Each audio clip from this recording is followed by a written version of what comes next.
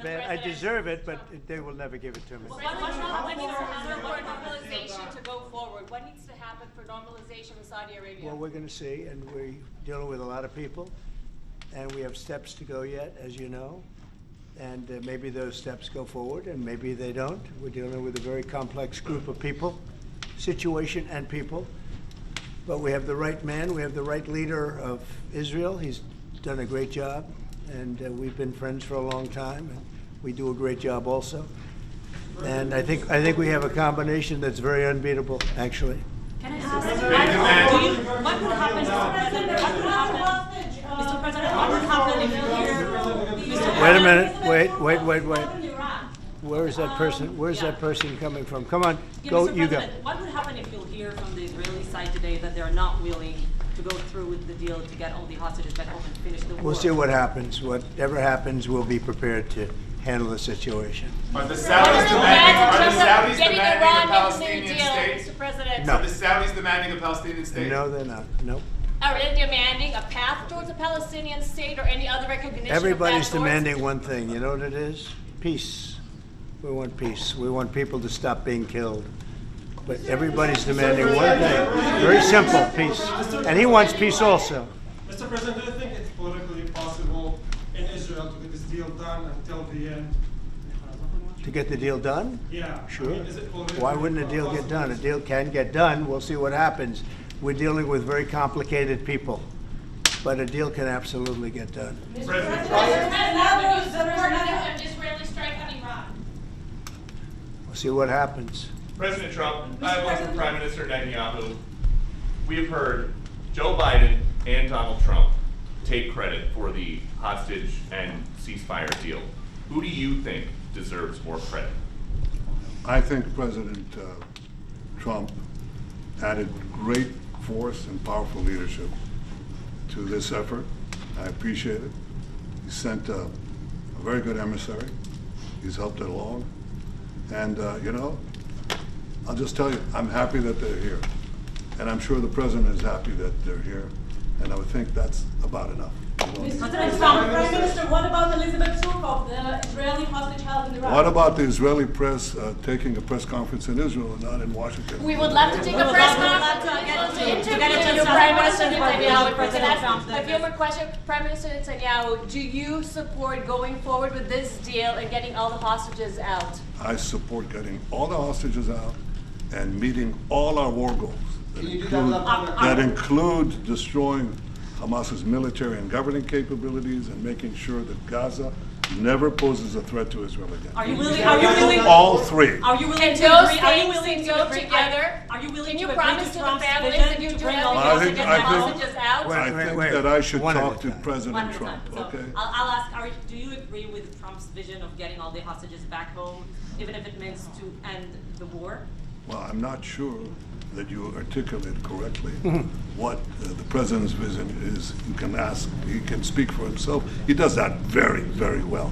I have my own views, 3 goals, not 1, not 2, 3 goals, and I will meet all 3 goals. I think the President can help enormously. He brings fresh thinking.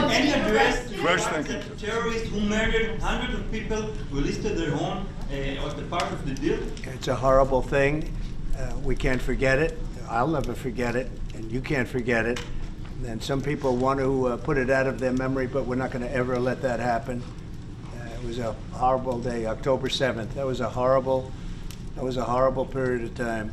And a lot of people like to pretend it didn't happen. It happened. It's a big group of people that like to pretend it didn't happen, like the Holocaust didn't happen. Same mindset. And no, we're going to get this thing wrapped up, and we're going to get it done. We're also dealing, I think, very successfully with Russia, Ukraine. We're going to hopefully get that one done at some point in the not too distant future. That's a complex problem also, but we solve problems. When I left, we had no problem. There was no Ukraine and Russia fighting. There was no October 7th. There was nothing, and some very poor leadership led to a lot of problems and a lot of death. And it's a shame, but we'll put it out. We'll put out the fires. We have a lot of fires, but we'll put them out. Why do you still support a Palestinian state like the peace plan you presented in January 2020. Is this plan still on the table? Well, a lot of plans change with time, and a lot of death has occurred since I left and now came back.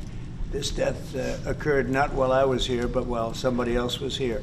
It shouldn't have happened. They shouldn't have allowed it to happen. It would have never happened, and that includes Russia. Ukraine would have never happened. Not even a little bit, not even a chance. But now we are faced with a situation that's different, in some ways better and in some ways worse. But we're faced with a very complex and difficult situation, but we'll solve the problem. Did you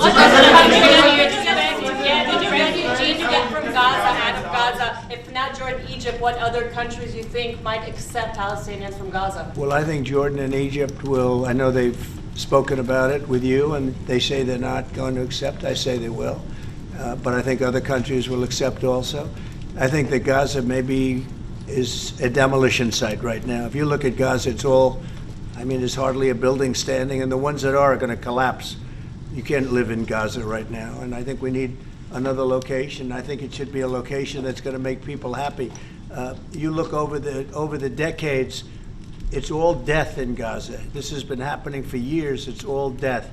If we can get a beautiful area to resettle people permanently in nice homes and where they can be happy and not be shot, not be killed, not be knifed to death like what's happening in Gaza. And right now you have in Gaza a very dangerous situation in terms of explosives all over the place, in terms of tunnels that nobody knows who's in the tunnel. The whole thing is a mess. And I think that if we can resettle, and I believe we can do it in areas where the leaders currently say no. I mean, I've been saying that with Mexico, having to do with the border and all of the things, and you saw what happened, 10,000 soldiers, and they're going to do a good job. I really believe that, and I believe Canada's going to do a good job also. They said the same thing, and then they did something much different than what you were hearing. This is a very, very difficult situation, but we're going to get it solved. I don't think people should be going back to Gaza. I think that Gaza has been very unlucky for them. They've lived like hell. They lived like you're living in hell. Gaza is not a place for people to be living. And the only reason they want to go back, and I believe this strongly, is because they have no alternative. What's the alternative? Go where? There's no other alternative. If they had an alternative, they'd much rather not go back to Gaza and live in a beautiful alternative that's safe.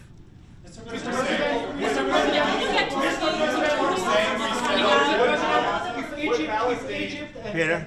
Would Palestinians have the right to return to Gaza if they left while the rebuilding was happening? It would be my hope that we could do something really nice, really good, where they wouldn't want to return.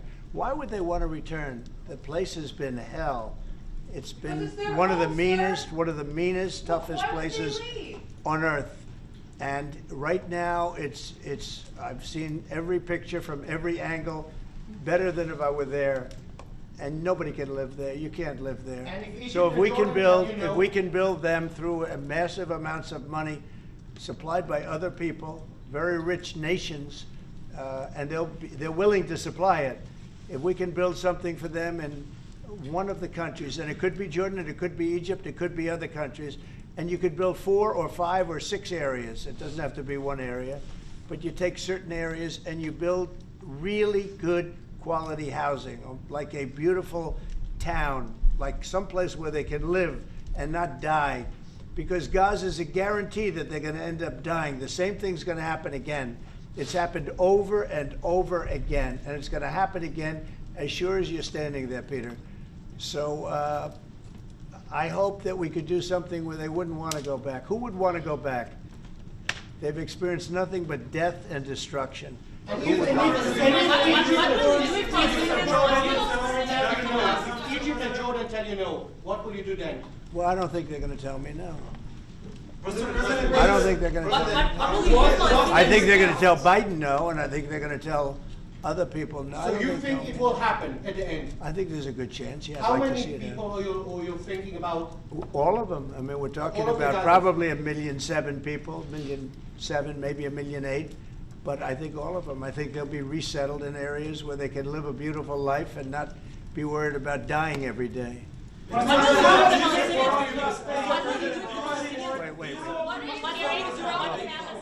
Mr. President, Yeah. you support building settlements, Jewish settlements back in Gaza in the next years? Say it. Building settlements, Jewish settlements back in Gaza in the next year. Do you support this idea? I don't see it happening. It's too dangerous for people. Nobody can go there.